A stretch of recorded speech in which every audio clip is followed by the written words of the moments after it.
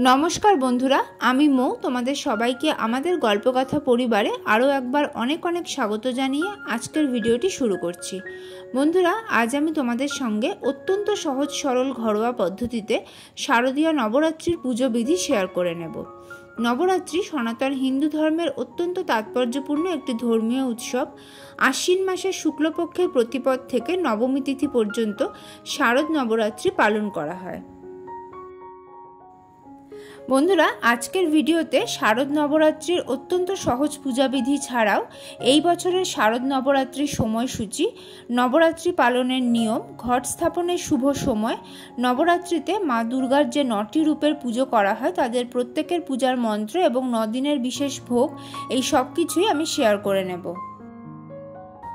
এই বছর অর্থাৎ ইংরাজি 2025 এবং বাংলা 1432 সালের শারদ নবরাত্রি শুরু হচ্ছে 22শে সেপ্টেম্বর বাংলায় 5ই আশ্বিন সোমবার এবং শেষ হচ্ছে 1 অক্টোবর বাংলায় 14ই আশ্বিন বুধবার। 2 অক্টোবর বাংলায় 15ই আশ্বিন বৃহস্পতিবার দশমী তিথি। ওই দিন অনেকে ঘট বিসর্জন করেন, অনেকে ঘট বিসর্জন করেন না, সেক্ষেত্রে শুক্রবার ঘট বিসর্জন করা যেতে পারে। এবার পুজো বিধিতে চলে যাই। পুজোতে বসার আগে আমি নিজের মাথায় এবং পুজোর সব উপকরণে গঙ্গা জল ছিটিয়ে নিয়েছি। আর পুজোর ফুল, মালা, দূর্বা, বেলপাতা ইত্যাদিতে গঙ্গা জল, কর্পূরের গুঁড়ো, চন্দন এবং অগরু লাগিয়ে নিয়েছি।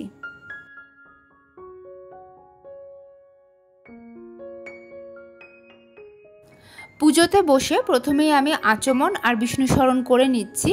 হাতে সামান্য গঙ্গা জল নিয়ে নিয়েছি। নম বিষ্ণু নম বিষ্ণু নম বিষ্ণু। ওং অপবিত্র পবিত্র বা সর্বাবস্থাং গত পিবা যশ্বরেত পুণ্ডরীকাক্ষং সবাহ্য অভ্যন্তর সূচি নমসূচি নমসূচি নমসূচি। নবরাত্রির পুজোর জন্য আমি আলাদাভাবে একটা আসন পেতে নিয়েছি। একটা পরিষ্কার কাঠের জলচৌকির ওপর গঙ্গা জল ছিটিয়ে তার উপরে কাপড় পেতে নিয়েছি। কাপড়ের ওপর আরও কিছুটা গঙ্গা জল ছিটিয়ে ফুলের পাপড়ি, গোটা আতপ চাল এবং কর্পূরের গুঁড়ো সহযোগে আমি মায়ের পুজোর আসনটি প্রস্তুত করেছি। আসনের ওপর আমি মা দুর্গার একটি চিত্রপটও রেখেছি। আমার কাছে মা দুর্গার শেরাবালি রূপের চিত্রপট আছে, আমি সেটাই পুজোর আসনে রেখে পুজো করছি। তোমাদের কাছে মায়ের যে রূপের চিত্রপট বা বিগ্রহ আছে তোমরা তাতেই পুজো করে নিতে পারো। মা দুর্গার উদ্দেশ্যে আমি ধূপ এবং দীপ ধরিয়ে নিয়েছি। আমি তিল তেলের প্রদীপ ধরিয়েছি, তোমরা ঘিয়ের প্রদীপও ধরাতে পারো। প্রদীপে আমি লাল রঙের সলতে ব্যবহার করেছি।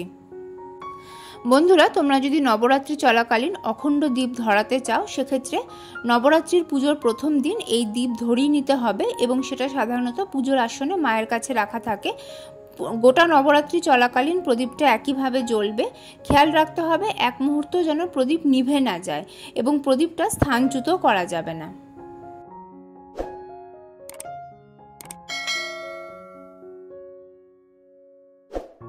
নবরাত্রির ব্রত পালনের সংকল্প কিভাবে নিতে হবে এবার আমি সেটা তোমাদের সঙ্গে শেয়ার করে নিচ্ছি। খুবই সহজ সরলভাবে এই সংকল্প গ্রহণ পদ্ধতি আমি তোমাদের দেখাচ্ছি। তো দেখো বন্ধুরা, একটা কুশিতে আমি কিছুটা পরিষ্কার জল, গোটা আতপ চাল এবং ফুলের পাপড়ি নিয়ে নিয়েছি। কুশিটা আমি আমার ডান হাতের ওপর রেখেছি, বাঁ হাত দিয়ে কুশিটা আমি ঢেকে নিলাম। এরপর মনে মনে বলতে হবে, হে মা দুর্গা, আমি তোমার নবরাত্রি ব্রত পালনের সংকল্প গ্রহণ করছি। যথাসাধ্য উপাচারে এবং আমার মনের সবটুকু ভক্তি নিষ্ঠা দিয়ে এই 9 দিন আমি তোমার পুজো করব। আমি নির্বিঘ্নে যাতে এই নবরাত্রির ব্রত পালন করতে পারি তার জন্য তুমি আমার সহায় থেকো এবং এই নবরাত্রির ব্রত চলাকালীন আমার দ্বারা অজান্তে বা অনিচ্ছাকৃত কোনো ভুল হয়ে গেলে তুমি আমাকে মার্জনা করো। সংকল্প গ্রহণ করা হয়ে গেলে কুশির জল, ফুল এবং আতপ চাল আমি একটা তাম্রপাত্রে দিয়ে দিলাম। কুশি না থাকলে তোমরা হাতের মধ্যে সরাসরি জল, ফুল এবং আতপ চাল নিয়ে সংকল্প গ্রহণ করতে পারো। তাম্রপাত্র না থাকলে অন্য যে কোনো পাত্রে এগুলো ফেলতে পারো, পরে কোনো গাছের গোড়ায় এটা দিয়ে দিতে পারো। এবার আমি ঘট স্থাপন করব। যে স্থানে আমি ঘট পাতবো সেখানে আমি আতপ চাল দিয়ে অষ্টদল কমল বানিয়ে নিয়েছি। নবরাত্রির পুজোয় আতপ চালের ওপরে ঘট পাতা হয়। অনেকে পুজোর আসনে মায়ের ডান দিকে ঘট স্থাপন করেন, আবার অনেকে আসনের সামনেও ঘট স্থাপন করেন, তবে আতপ চালের ওপরেই ঘটটা পাতা হয়।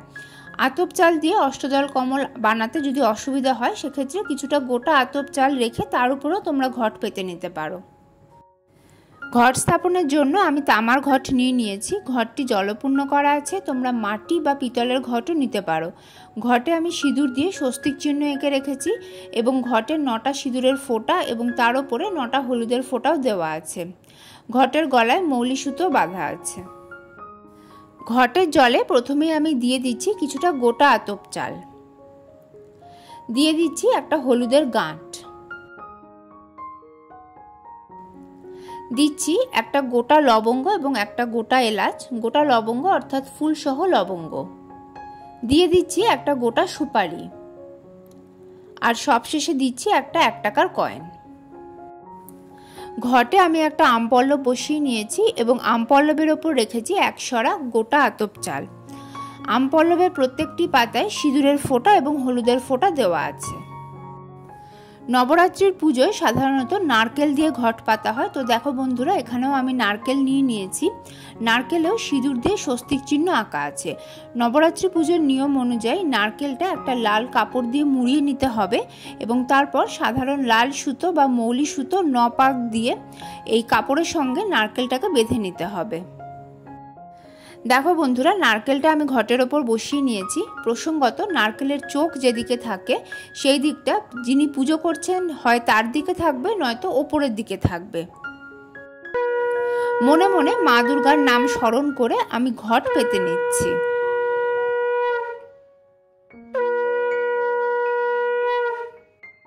এই বছরের নবরাত্রির ঘট স্থাপনের শুভ সময় হলো 22শে সেপ্টেম্বর বাংলায় 5ই আশ্বিন সোমবার সকাল 6টা বেজে 9 মিনিট থেকে 8টা বেজে 6 মিনিটের মধ্যে এবং সকাল 11টা বেজে 49 মিনিট থেকে 12টা বেজে 38 মিনিটের মধ্যে।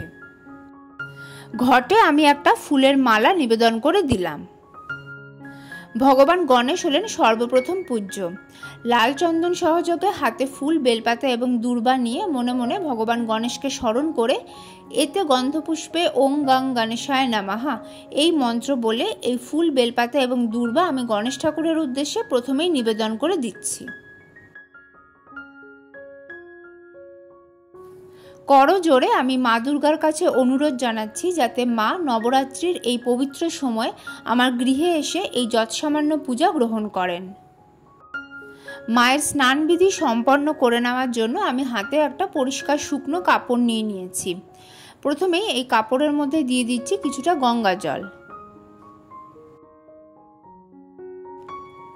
দিয়ে দিচ্ছি সামান্য গোলাপ জল, আর দিচ্ছি একটু অগরু।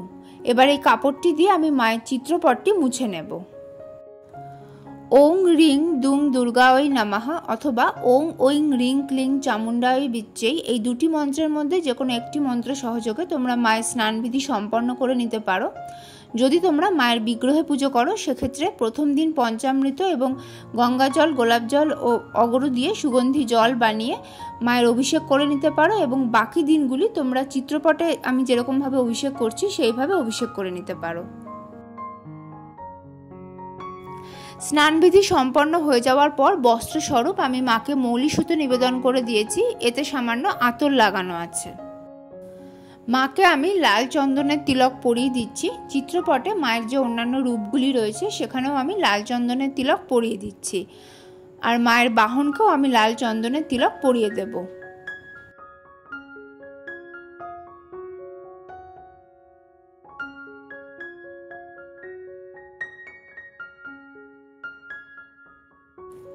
একইভাবে আমি সিঁদুরের তিলকও পরিয়ে দিচ্ছি। বন্ধুরা, আমি শুরুতেই বলেছি, আরও একবার বলছি, এটা একদম সহজ সরলভাবে নবরাত্রি পুজো বিধি। আরও বিস্তারিত পুজো বিধির ভিডিও আমাদের চ্যানেলে আগেই আপলোড করা আছে। আই বাটন এবং ডেসক্রিপশন বক্সে ওই ভিডিওর লিঙ্ক তোমরা পেয়ে যাবে।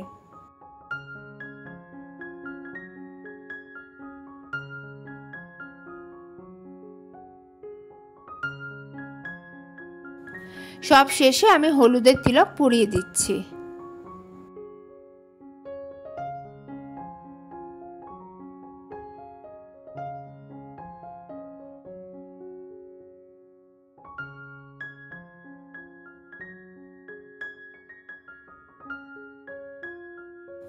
মাকে আমি একটা লাল রঙের ওড়না পরিয়ে দিয়েছি এবং একটা ফুলের মালা নিবেদন করে দিয়েছি।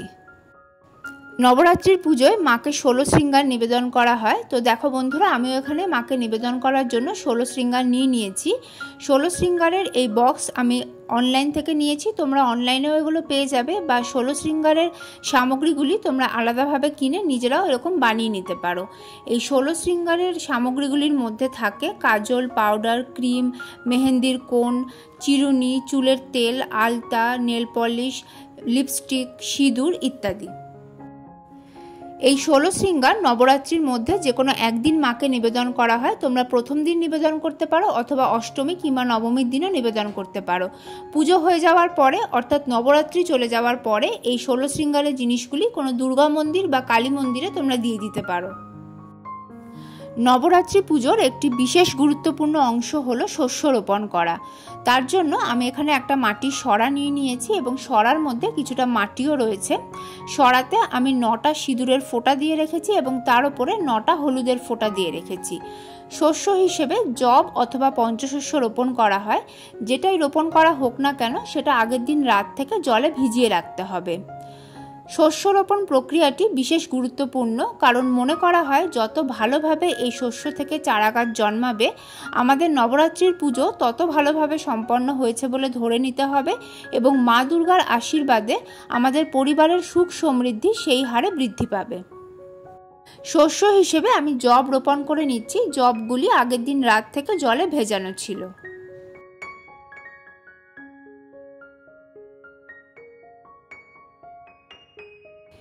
অনেকে এই মাটির সরার ওপরেই ঘট স্থাপন করেন, আবার অনেকে মায়ের পুজোর আসনে আলাদাভাবে মাটির সরাটা রাখেন। তো আমিও পুজোর আসনে একটু আতপ চালের ওপরে এই সরাটা বসিয়ে নেব। নবরাত্রি চলাকালীন প্রত্যেক দিন পুজোর সময় এই সরার মাটিতে কিছুটা করে জল ছিটিয়ে দিতে হবে। নবরাত্রির পুজো সমাপন হয়ে গেলে অর্থাৎ পুরো নবরাত্রিটা হয়ে যাওয়ার পরে অনেকে এই চারাগাছ সহ মাটির সরা জলে দিয়ে দেন, আবার অনেকে মাটি এবং চারাগাছ কোনো একটা টবে ট্রান্সফার করে নিয়ে এই সরাটা শুধুমাত্র জলে দিয়ে দেন। এতে গন্ধপুষ্পে ওং রিং দুং দুর্গায় নমঃ এই মন্ত্র সহযোগে আমি মা দুর্গার উদ্দেশ্যে ফুল এবং বেলপাতা ঘটে নিবেদন করে দিচ্ছি।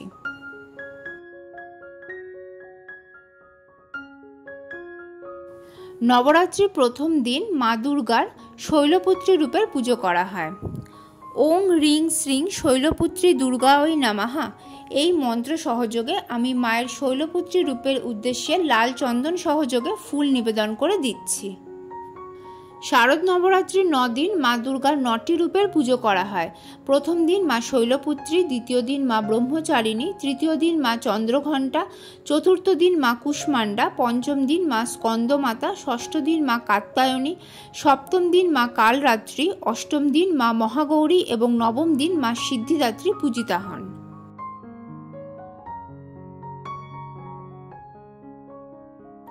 হাত জোড় করে আমি মা শৈলপুত্রীর প্রণাম মন্ত্র পাঠ করে নিচ্ছি।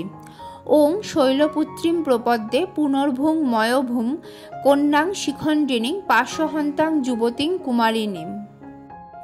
দেখো বন্ধুরা, মাকে নিবেদন করার জন্য আমি এখানে পান, সুপারি, হলুদের গাঁট, গোটা এলাচ, গোটা লবঙ্গ নিয়েছি। ফুল সহযোগে আমি মাকে এগুলি নিবেদন করে দেব।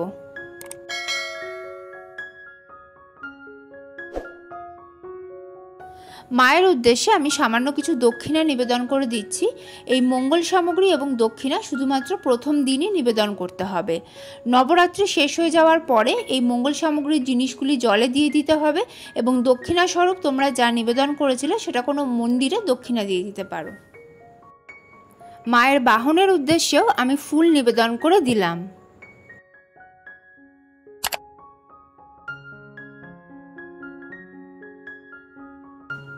বন্ধুরা, শারদ নবরাত্রি পালনের বিশেষ কিছু নিয়ম আছে যেগুলো এখন আমি তোমাদের সঙ্গে শেয়ার করে নিচ্ছি। প্রথম দিন ঘট স্থাপন করে বিজয়া দশমীতে ঘট বিসর্জন করা হয়। যিনি নবরাত্রি পালন করবেন তাকে এই 9 দিন সম্পূর্ণ সংযম পালন করতে হবে এবং নিরামিষ খেতে হবে। অনেকে একবেলা উপোস করেন এবং আরেক বেলা এক সেদ্ধ ভাত খান। আবার অনেকে নবরাত্রির 9 দিন অন্ন গ্রহণ করেন না, পরিবর্তে লুচি পরোটা খেয়ে থাকেন। এই সময় খাবারে সাধারণ লবণের পরিবর্তে সৈন্ধব লবণ ব্যবহার করতে পারলে ভালো হয়। এরপর হাতে শ্বেত চন্দন সহযোগে ফুল এবং বেলপাতা নিয়ে শিব ঠাকুরকে স্মরণ করে এতে গন্ধপুষ্পে নমঃ শিবায় নমঃ এই মন্ত্র বলে এই ফুল এবং বেলপাতা আমি শিব ঠাকুরের উদ্দেশ্যে নিবেদন করে দিচ্ছি।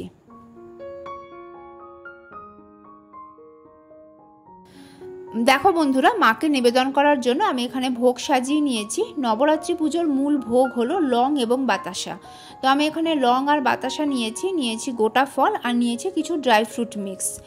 মাকে আমি ফুল সহযোগে এগুলি নিবেদন করে দেব।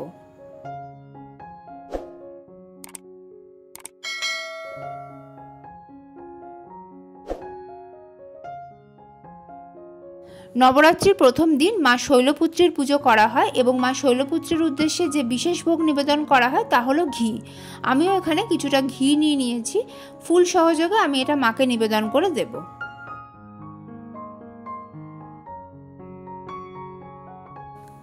মাকে আমি পানীয় জল নিবেদন করে দিচ্ছি। কয়েকটি গোটা এলাচ, কয়েকটি গোটা লবঙ্গ এবং কিছু মিছরি সহযোগে একটা পানের খিলি বানিয়ে আমি মাকে নিবেদন করে দিচ্ছি। তোমরা মিছরির পরিবর্তে বাতাসা বা চিনিও ব্যবহার করতে পারো। এবার আমি মাকে আরতি করে নেব। আমি ধূপ, তেলের প্রদীপ, ঘিয়ের পঞ্চপ্রদীপ, কর্পূর এবং সুগন্ধি ধুনো সহযোগে মাকে আরতি করব।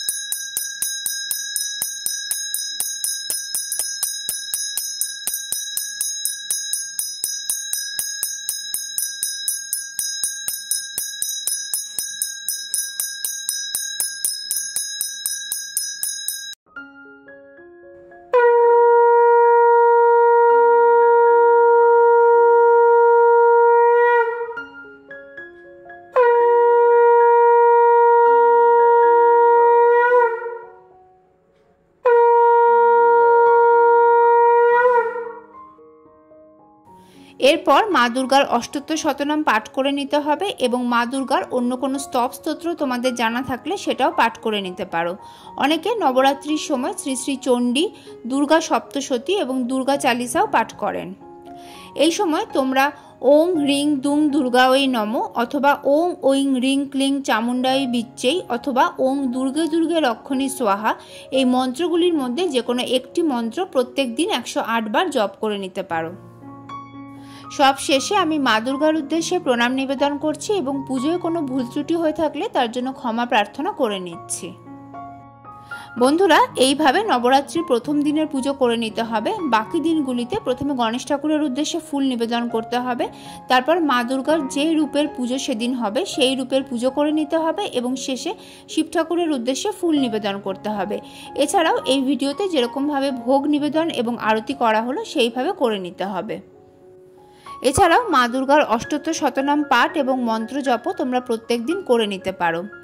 নবরাত্রি চলাকালীন মা দুর্গার যে ভিন্ন ভিন্ন রূপের পুজো হয় তাদের প্রত্যেকের পূজার মন্ত্র, প্রণাম মন্ত্র এবং বিশেষ ভোগ এই ভিডিও শেষে দেওয়া থাকবে।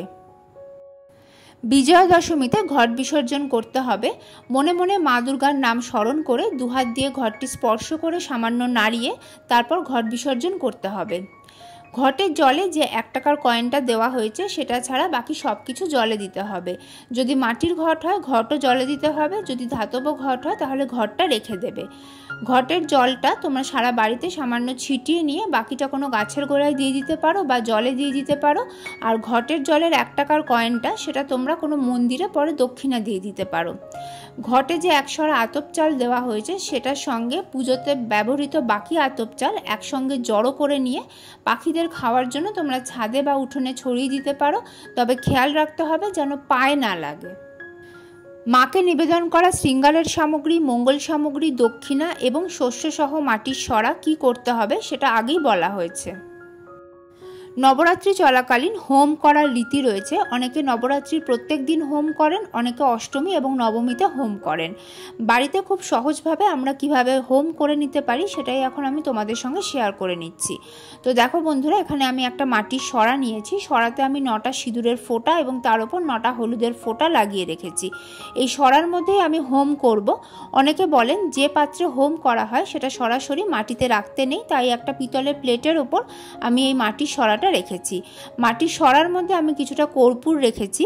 তোমাদের কাছে যদি ঘুঁটে থাকে তোমরা ঘুঁটে রেখে তার উপরে কর্পূর রাখতে পারো, অথবা ঘুঁটের পরিবর্তে তোমরা শুকনো নারকেলও ব্যবহার করতে পারো। দেখো বন্ধুরা, হোমের অগ্নিতে নিবেদন করার জন্য আমি এখানে কিছু জিনিস নিয়ে নিয়েছি। যে বাতাসা, পান এবং ড্রাই ফ্রুটস তোমরা দেখতে পাচ্ছ সেটা একটু আগেই মায়ের ভোগে নিবেদন করা হয়েছে। মনে করা হয় মায়ের ভোগে যে জিনিসগুলি আমরা নিবেদন করি তার কিছু অংশ যদি হোমের অগ্নিতে নিবেদন করা হয় তাহলে তা আরও দ্রুত মায়ের কাছে পৌঁছয়। এছাড়াও বিশেষ আহুতি দেওয়ার জন্য আমি এখানে 2 জোড়া গোটা লবঙ্গ নিয়ে নিয়েছি। বন্ধুরা, মায়ের ভোগের যে অংশ হোমের অগ্নিতে নিবেদন করা হলো সেটা ছাড়া বাকিটা তোমরা প্রসাদ রূপে সপরিবারে গ্রহণ করতে পারো। এছাড়াও হোমে আহুতি দেওয়ার জন্য কিছু সাধারণ জিনিস আমি এখানে একসাথে মিশিয়ে নিয়েছি, যেমন ধান, গম, যব, কালো তিল এবং গোটা এলাচ। মাটির সরাতে যে কর্পূর রেখেছিলাম তার উপরে আমি কিছুটা ঘি দিয়ে দিচ্ছি। মায়ের ভোগের অংশগুলি এবার একে একে আমি হোমের অগ্নিতে নিবেদন করে দিচ্ছি।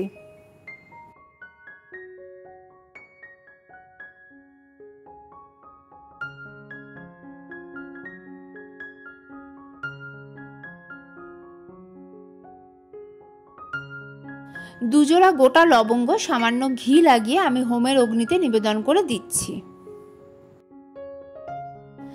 ধান, গম, যব, কালো তিল এবং এলাচের মিশ্রণটা দিয়ে এবার আমি আহুতি দেব। 3 বার, 5 বার বা 7 বার আহুতি দেওয়া যায়। যতক্ষণ হোম চলবে ততক্ষণ মনে মনে মা দুর্গার নাম স্মরণ করতে হবে এবং এই হোমের পাত্রটা তোমরা পুজোর আসনের কাছেই রেখে দেবে। যতক্ষণ অবধি এতে আগুন জ্বলছে ততক্ষণ অবধি এটা পুজোর আসনের কাছেই থাকবে। আগুনটা নিভে আসার সময় তোমরা সামান্য জল ছিটিয়ে দিয়ে আগুনটাকে নিভিয়ে দিতে পারো।